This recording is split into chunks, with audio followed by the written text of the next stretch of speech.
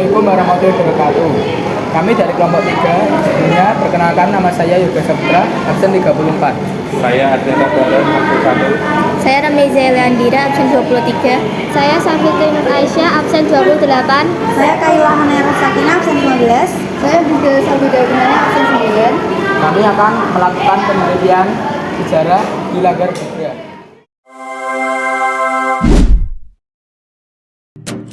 Yesterday is history. Tomorrow is a mystery, but today is a gift. That is why it is called the present.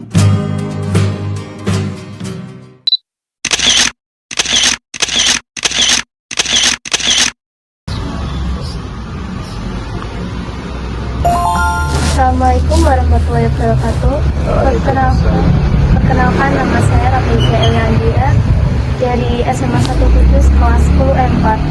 Saya di sini bertujuan untuk mewawancarai Bapak Tresno Hadi untuk mengetahui sejarah tentang Langgar Bubra.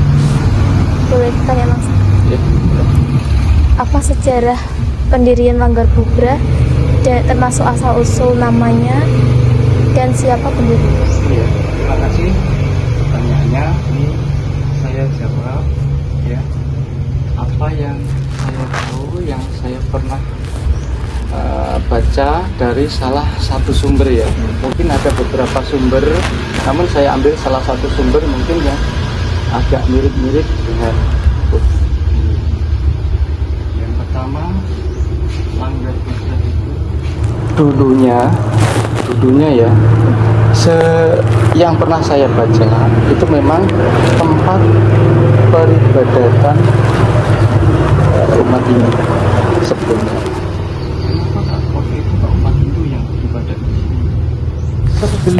Sebelum ya Islam masuk ke Jawa, itu yang datang duluan itu Hindu. Kemudian kerajaan yang ada waktu itu, kerajaan Majapahit yang menguasai daerah Jawa dan sekitarnya, kecuali yang Jawa Barat. Dan Majapahit itu kerajaan Hindu ya. Dan kerajaan Majapahit itu memang luas, diantaranya ya memang daerah sekitar sini. Daerah sekitar sini itu masih dulu abad ke-14, tahun 1400 sekian Masehi itu memang masih pemeluknya masih pemeluk Hindu ya. Kemudian dari kerajaan Majapahit itu menugaskan atau mengutus Pangeran Pancawati ya. Pangeran Pancawati itu keturunan Majapahit yang ditugaskan untuk membawahi ataupun istilahnya kalau sekarang ya memang ini ya, membawahi lah untuk daerah bagian barat Jawa Tengah, bagian barat, bagian utara. Lah kemudian tahun 1500 Masehi itu kan baru berdiri kerajaan Demak ya, kerajaan Islam Demak. Kemudian Pangeran Pancawati itu kan masih beragama Hindu ya, dan kebetulan Pangeran Pancawati itu masih kerabat dari Raden Patah. Dan kemudian Raden Patah itu kerajaan Demak itu kan kerajaan Islam ya, Kesultanan Demak itu kan Islam ya.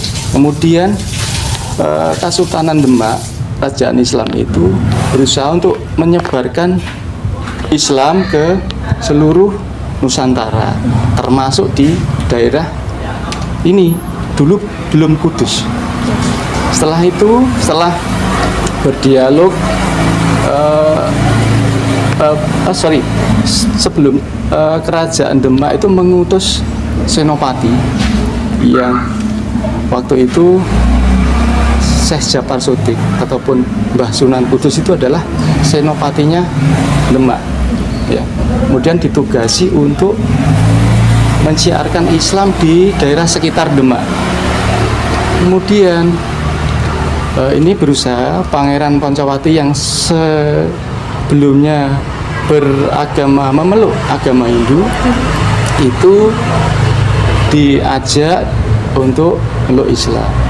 Kemudian singkat cerita memang Pangeran Poncowati bersedia dengan kesadaran ya untuk memeluk agama Islam, dan kemudian aset waktu itu yang termasuk Langgar Bubrah ini adalah waktu itu adalah tempat peribadatan untuk diwakafkan semuanya untuk kegiatan Islam setelah beliau masuk Islam, seperti itu singkat ceritanya. Kemudian untuk ini ya, ada beberapa relief ataupun simbol-simbol ataupun seperti lingga dan zoni itu adalah simbol Hindu.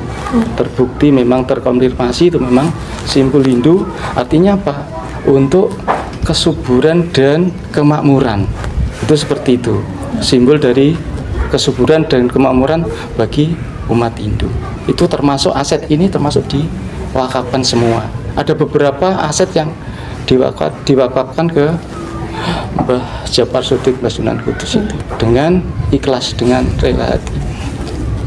Waktu itu sebelum masuk Islam dia itu berdialog, apa yang setelah saya masuk Islam, apa yang diberikan Islam ke saya. Nah, kemudian Mbah Sunan Kudus waktu itu masih bergerak senopati, berjanji bahwa saya akan tetap menghormati dan saya akan termasuk waktu itu dewa, itu sapi itu kan dewa yang disembah oleh Hindu, tidak boleh disembelih ya, seperti itu ya. Itu ya ceritanya untuk sampai ke situ ya. Asal usul namanya. Kenapa kok bisa namanya Langgar Bubrah? Ini sejarahnya waktu itu memang tadi ya sudah saya sampaikan, memang waktu itu tempat ini, bangunan ini memang untuk peribadatan umat Hindu. Nah, setelah Pangeran Poncowati masuk Islam, diwakafkan untuk tempat peribadatan, untuk peribadatan umat Islam. Waktu itu ya, sebelum Masjid Menara berdiri. Oh ya. Sudah. Terus? Lanjut pertanyaan kedua, bagaimana fungsi dan peran Langgar Bubrah dalam kehidupan keagamaan dan sosial masyarakat pada masa lalu? Ya tadi, ya sempat saya sampaikan bahwa fungsi Langgar Bubrah itu adalah untuk tempat peribadatan Islam, tadi Langgar Bubrah ya. Nek Islam itu kan bisa dinamai Langgar Bubrah ataupun bisa disebut juga Masjid Bubar. Kenapa kok disebut Masjid Bubar atau Langgar Bubrah? Itu karena bangunannya belum selesai, botolnya masih belum rapi dan juga sepotong, belum ada ini ya atapnya, baru bangunan dasar, setengah jadi, setengah bangunan 50%.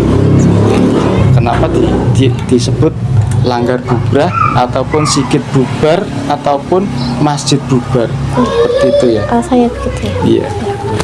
Lanjut pertanyaan ketiga, ada bukti akulturasi dari masa Hindu Islam?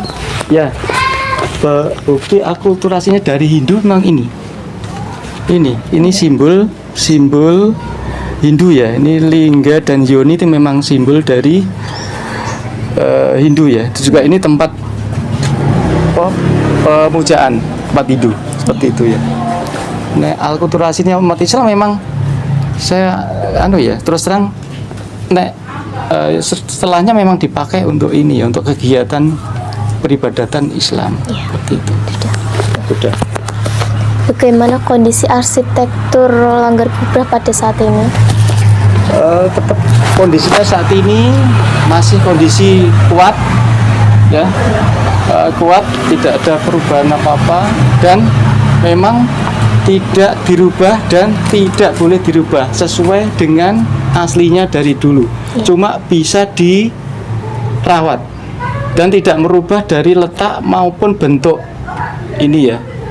Dan untuk respon atau apa tadi yang responnya untuk pengaruhnya atau apa tadi untuk keberadaan Langgar Bubrah ini adalah warga sekitar memandang bahwa waktu itu ada keberagaman beragama tapi masih tetap bisa berdampingan, bisa juga hidup rukun seperti itu.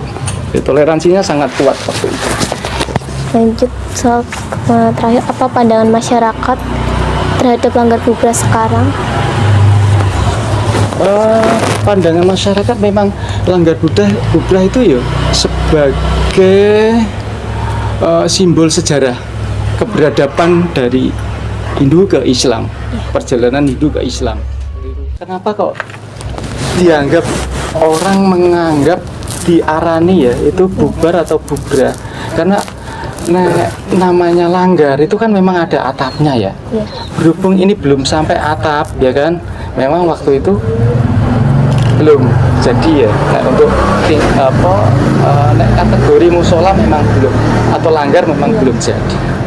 Jadi dianggap diarani Langgar Bubrah ataupun masjid bubar ataupun sikit bubar seperti itu ya. Itu beberapa, itu tadi perbedaan yang saya anggap perbedaan antara Langgar Bubrah, sikit bubar dan masjid bubar. Bedanya di sini. Tapi secara cerita telepon yang dari redaksi itu beberapa redaksi memang tidak jauh-jauh dari mungkin bisa. Memang tadi sudah sampaikan untuk renovasi memang tidak ada renovasi ya, cuman perawatan. Perawatan itu ya merawat apa yang sudah ada ya. Dan tadi memang dari arkeologi memang tidak boleh merubah bentuk ataupun letak ataupun dan sebagainya. Memang harus ori sesuai dengan kondisi waktu itu. Tuh ya. Tidak bisa dirubah-rubah karena itu situs sejarah. Ya. Secuil pun bata itu tidak boleh dirubah ataupun digeser. Harus posisinya harus di situ dan harus seperti itu. Beda memang kalau gerumbel-gerumbel mungkin bisa dilapisi. Terima kasih buat Ya, sama-sama. Ya. Terima kasih. Wassalamualaikum warahmatullahi wabarakatuh.